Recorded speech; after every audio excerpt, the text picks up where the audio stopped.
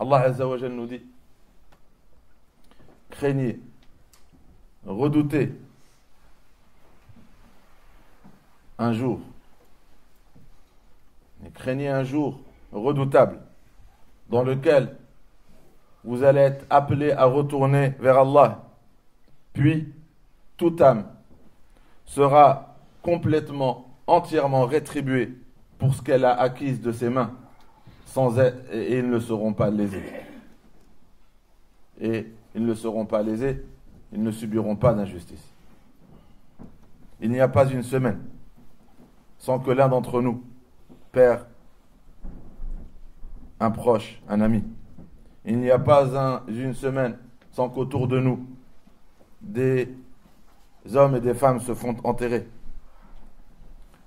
La mort, cette réalité qui touche tous les vivants, et que personne ne peut repousser, personne ne peut retarder.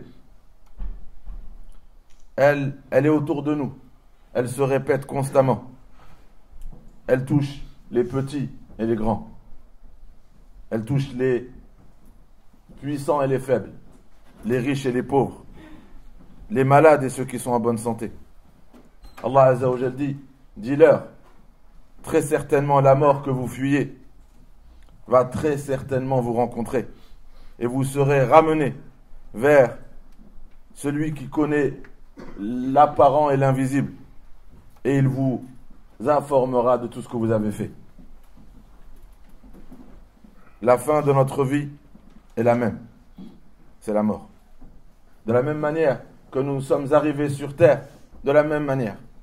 Nous sommes arrivés sur terre par la naissance. Nous allons sortir et quitter ce bas monde de la même manière, par la mort. Sauf que, après la mort, les choses changent. On est tous venus de la même manière, on va tous partir de la même manière, mais après la mort, les choses changent. Fariqun fil jannah, un groupe ira au paradis. Wa fariqun fis sa'ir, et un groupe ira en enfer. Qu'Allah nous préserve. Et donc, après la mort, ce qui nous attend est redoutable.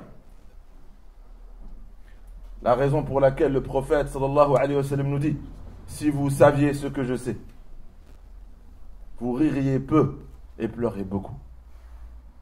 Si vous savez ce que je sais, par rapport à l'au-delà, après la mort, si vous saviez ce que je sais, vous ririez moins et vous pleurez plus. Quand la mort touche un musulman, si vous êtes présent, si vous êtes auprès de lui, répétez en sa présence La ilaha illallah. Le prophète sallallahu alayhi wa sallam dit, répétez en présence de celui qui meurt, qui est dans l'agonie, répétez en sa présence La ilaha illallah. Et pourquoi le prophète sallallahu alayhi wa sallam nous demande de faire cela? C'est pour l'aider. C'est pour l'aider. Et vous répétez en sa présence La ilaha illallah avec l'espoir qu'il la répète et qu'il meure avec cette parole. Parce que le prophète sallallahu alayhi wa sallam nous dit, celui qui aura comme dernière parole La ilaha illallah ira au paradis. Qu'Allah nous accorde cette parole lors de notre mort. Donc c'est pour l'aider à avoir la force et la droiture et la rectitude de prononcer cette parole. Et pourquoi on doit l'aider? Parce que le prophète sallallahu alayhi wa sallam dit, au moment de l'agonie, Shaitan vient avec ses alliés. Et ils essayent, alors que l'âme elle est encore dans le corps, dans les derniers instants de sa vie, s'il est musulman, de l'égarer, en l'invitant, en créant des confusions, à associer à Allah quelqu'un, et à changer, et à renier sa religion. Et tant que l'âme est dans le corps, Shaitan il essaye de nous égarer. Et donc, comme on sait que celui qui est dans l'agonie est éprouvé par Shaitan dans cet instant, nous à ses côtés on l'aide en disant La ilaha illallah, La ilaha illallah, La ilaha illallah. On répète constamment La ilaha illallah afin de lui apporter un soutien pour qu'il puisse tenir à cette parole et prononcer cette parole avant que l'âme ne quitte le corps. Le prophète sallallahu alayhi wa sallam dit: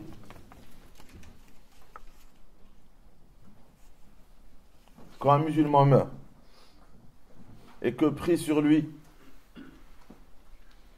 sur le défunt, 40 personnes qui n'associent personne à Allah, Allah accepte leur dua en faveur du défunt et leur dua intercède en sa faveur.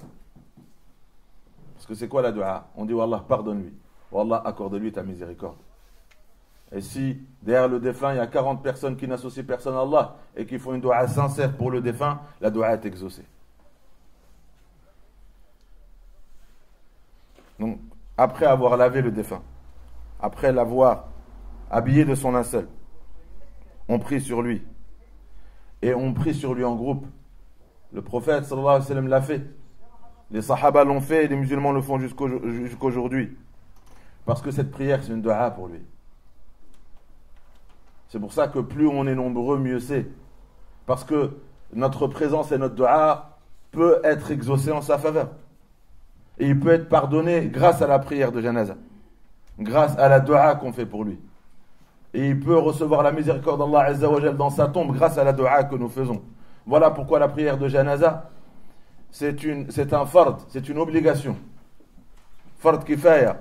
Une obligation pas individuelle mais pour la communauté. Un groupe de la communauté, le plus grand possible, doit accomplir. Et ça fait partie du droit que le mort musulman a sur sa communauté, sur les vivants de sa communauté. C'est son droit et c'est notre devoir. Le prophète sallallahu alayhi wa sallam, pour montrer la valeur d'essayer d'aider le mort dans son passage vers l'au-delà, en faisant des du'as pour lui, avec l'espoir d'être accepté, exaucé, et que nos du'as puissent intercéder en sa faveur, il dit: celui qui est en présence d'un défunt et qui prie sur lui, Allah lui donne un qirat. Et s'il l'accompagne jusqu'à l'enterrement, jusqu'au moment où il est enterré, et il continue à faire des du'as là-bas, il a 2 qirat. Et les compagnons, ils se disent: mais c'est quoi 2 qirat? Il dit: pour cette seule prière et cet enterrement, là, Allah lui donne en hasanat, en récompense, l'équivalent de 2 grosses montagnes. Ça, c'est un hadith rapporté par le Bukhari ou Muslim. Dans une version, il dit: une de ces montagnes, 2 grandes montagnes, et une montagne est l'équivalent de la montagne de Uhud. Et la montagne de Uhud, elle fait 7 km de long et 3 km de large. Et t'en as 2 comme ça, pour avoir prié sur un défunt, et pour avoir enterré le défunt. Et pourquoi tu l'as accompagné? Et pourquoi tu as fait des du'as? Parce que tu voulais qu'Allah il exauce ta du'a, et grâce à cela, il est absous des erreurs et il reçoit la miséricorde. Et sachez que l'accompagner, c'est aussi un rappel pour les vivants. Le prophète sallallahu alayhi wa sallam dit: je vous avais interdit de visiter les cimetières, dans les débuts, parce que les gens allaient là-bas pour crier, pour pleurer, pour se lamenter. Ils ne savaient pas qu'est-ce qu'on est censé faire là-bas. Et les femmes, ils allaient, ils se tiraient les cheveux, ils se frappaient la poitrine. Il leur avait dit: vous y allez pas. Après, il les a éduqués à comment il faut y aller. Et après, il dit: maintenant, allez-y. Dès qu'ils ont compris que tu y vas pour faire des du'as. Parce que le prophète, sallallahu alayhi wa sallam, même quand il n'y avait pas de janaza, il visitait, il allait au cimetière, il visitait les compagnons, il allait visiter les cimetières, il demandait à Allah le pardon pour ceux qui sont enterrés, tous les personnes qui sont enterrées, il demandait pour eux la miséricorde. Et la du'a des vivants est exaucée. À chaque fois que vous vous dirigez dans le cimetière, vous êtes utile par vos du'as à ceux qui sont enterrés. Et il dit: c'est pas que pour eux, c'est aussi pour vous, parce qu'elle vous rappelle votre passage vers l'au-delà. C'est un rappel pour les vivants de: un jour je vais être enterré ici. Et il faut toujours se rappeler que la mort elle va arriver soudainement. Et on dit, quand on va là-bas: assalamu alaykum, parce qu'on les honore morts comme quand ils étaient vivants. On dit: assalamu alaykum, oh les habitants de ces tombes, parmi les croyants.